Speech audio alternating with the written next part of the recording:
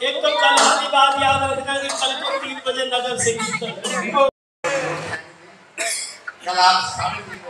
समझना 100 दिन में महाराज का कहना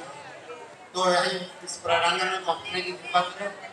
आप भी आए और अपने साथ अपने फ्रेंड भाभी भैया सबको लाएं और इस हरिनाम संकीर्तन का नाम और एक प्रार्थना और करना चाहता हूँ कि जो कोई व्यक्ति महाराज से नाम लेना चाहता है वो मेरे पास नाम नोट करा दे, क्योंकि ऐसा मौका बार बार नहीं मिलता, ऐसे शुद्ध संत हर जगह नहीं मिलते। इसलिए निवेदन है अगर किसी का मन है कि मैं ऐसे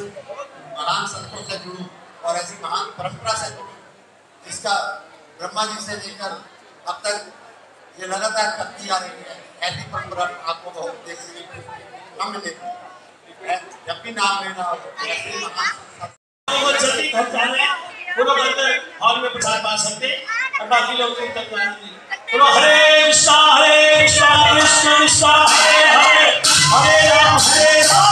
राम राम हरे हरे हरे कृष्णा हरे कृष्णा कृष्ण हरे हरे हरे राम हरे हरे हरे कृष्णा कृष्ण कृष्ण हरे हरे हरे राम राम राम हरे हरे हरे कृष्णा हरे Hare